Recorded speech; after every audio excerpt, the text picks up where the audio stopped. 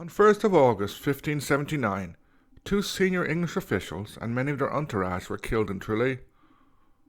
These shocking murders caused huge outrage at the time. They were of great political significance, and the fallout from them helped push the Earl of Desmond into rebellion. We know who carried them out: John of Desmond, brother of the Earl. What is more difficult is finding out exactly why he did so. This is what this video aims to discuss. However, while researching for it, it struck me how absent this period is in current day Tralee. The dominant structures of early modern and medieval Tralee no longer exist. The Dominican Abbey, the castle, and even the house where the murders were carried out. Also long gone is the Earldom of Desmond, all obliterated. While it is natural that political dynasties rise and fall, such a blatant disappearance of all traces of a long historical period is remarkable.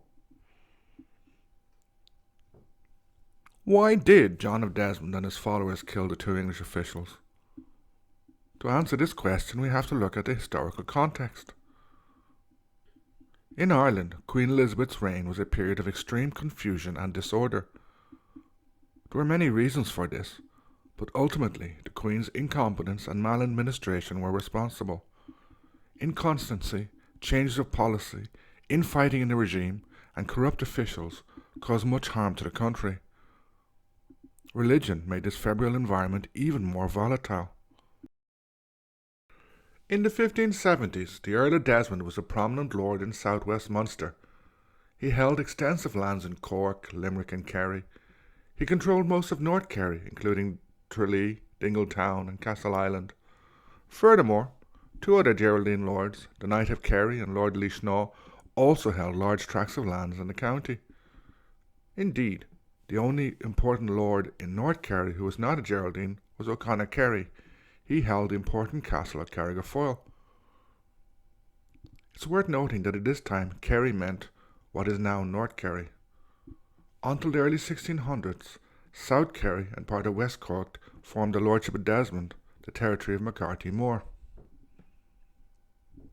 The 1570s were not an easy time for the Earl of Desmond. His arrest in the aftermath of the Battle of Affrain in 1565 led to the First Desmond Rebellion. After this had been defeated, Desmond was released.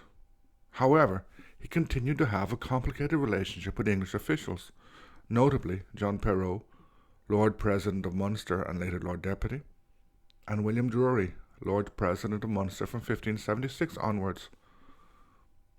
English officials were suspicious of Desmond, and along with many others had their eyes on his lands.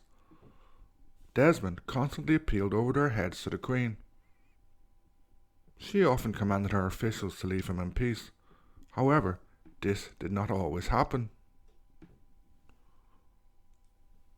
Another threat to Desmond was his cousin, James Fitzmaurice.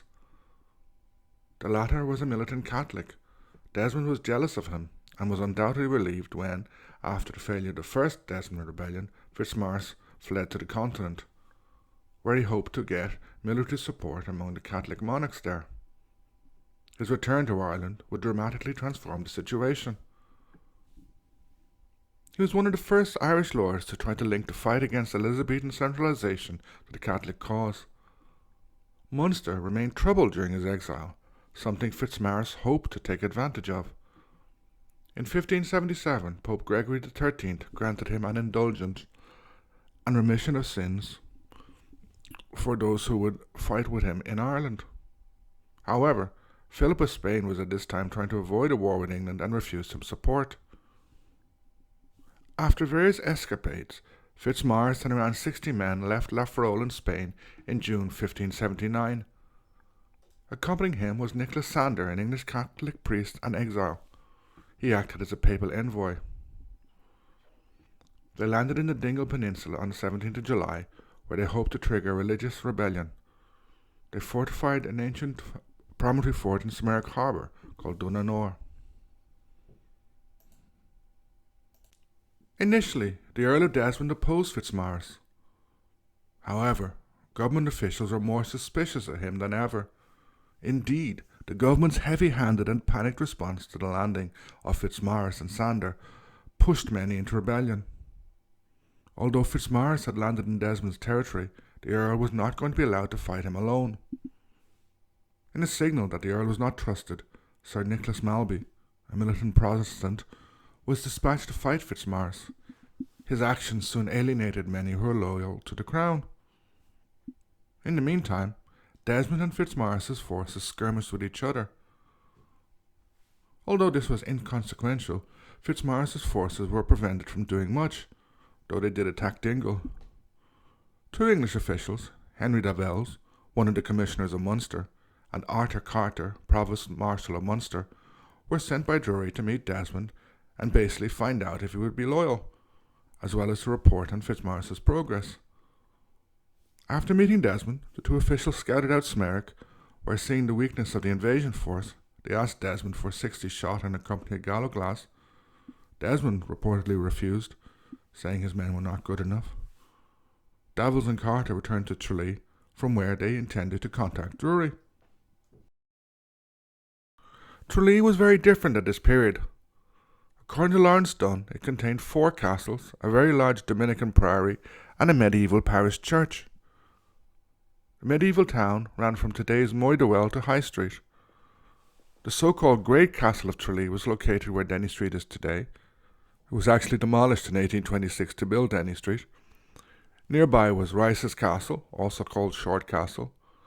This may have been located where the Bank of Ireland is on Castle Street.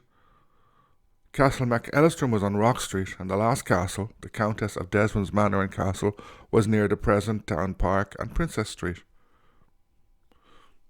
Also part of this town was St. John's Parish Church, where St. John the Evangelist Church on Abbey Street now is.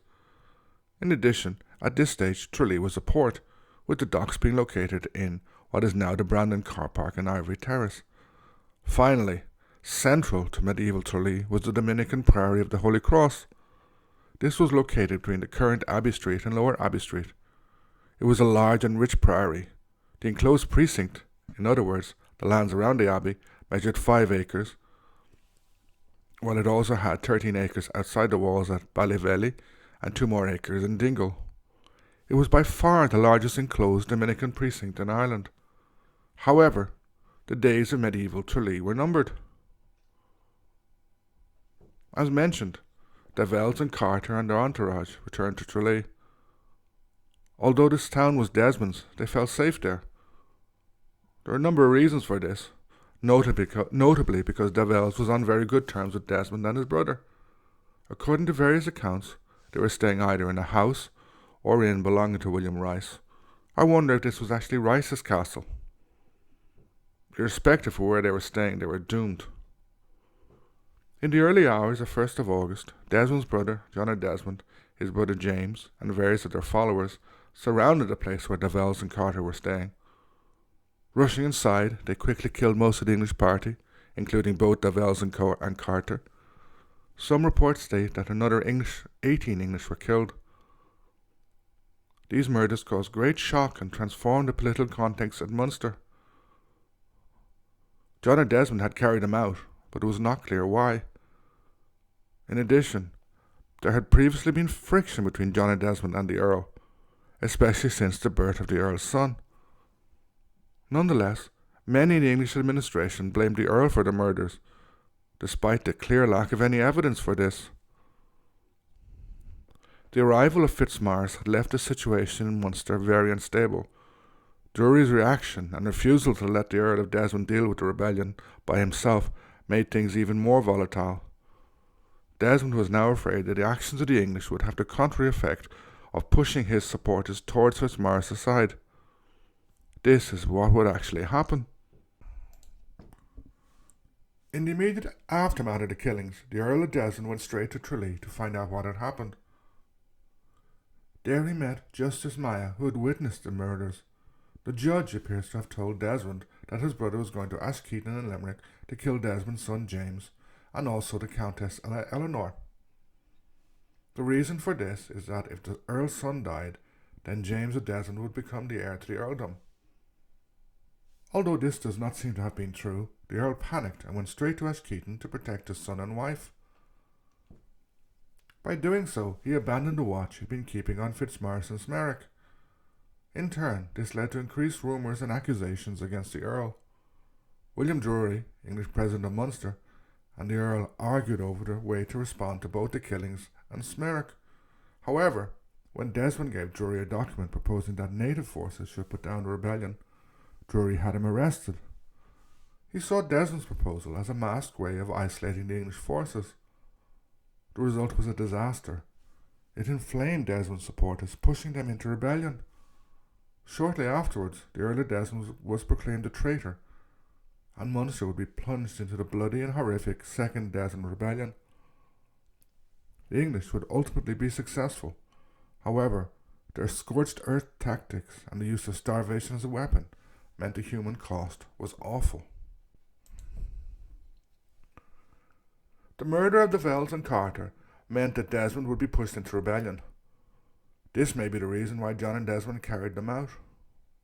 According to O'Sullivan Beara, the reason was that Fitzmaurice told John and Desmond that would only trust him if he carried out some noble deed that would provoke the anger and indignation of the heretics.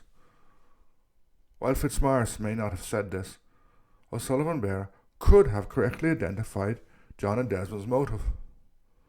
The latter probably did want to demonstrate his adherence to the rebellion and increase his own importance. In addition, he appears to have said that he did it on his brother's orders. In other words, he may have been trying to force the Earl into supporting their rebellion. Since Fitzmaurice would soon afterwards be killed in a skirmish, John and Desmond assumed leadership of the rebellion, even winning a victory at Springfield and Limerick. However, his force was beaten shortly afterwards in Monastir and Nina, also in Limerick. After this, the tide turned.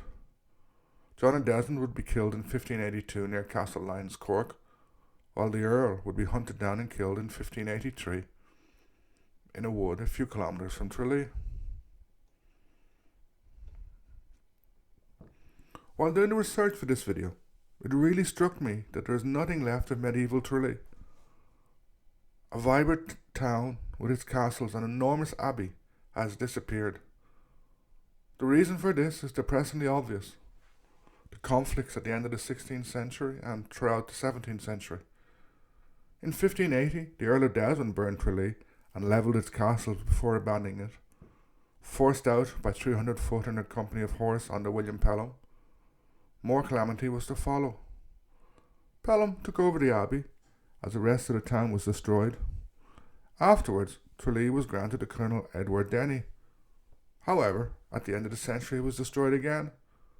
In 1598, during the 9 Years' War, Hugh O'Neill dispatched a raiding party to Munster. This had an extraordinary impact. The English settlers fled en masse. Tralee was abandoned, albeit temporarily. George Carew recaptured it in 1600, but said there was nothing of value left. At the end of this war, Edward Denny began to rebuild Tralee, reconstructing one or more castles. At first, this seems to have gone well. The town was given a charter in 1627, while the Dominican friars returned around 1622. However, the worst calamity was to come.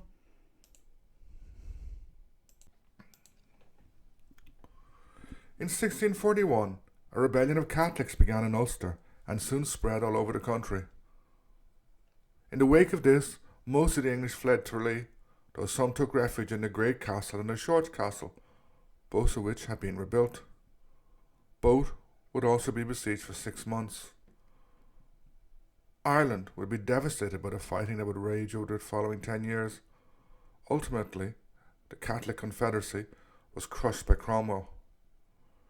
Kerry would suffer considerably from the depredations of his troops, though Cromwell himself did not come to Kerry. Tralee would be utterly destroyed. The Cromwellians completely razed the abbey, forcing the friars to flee. In the abbey, they destroyed tombs, statues, indeed anything religious. Their destruction of Tralee was such that their army was unable to camp there and had to move south of the town. Probably they ended up in what is now the townland of Camp, near the Tralee bypass and the road to Castlemaine. What the Cromwellians did not destroy was replaced or removed over the following centuries.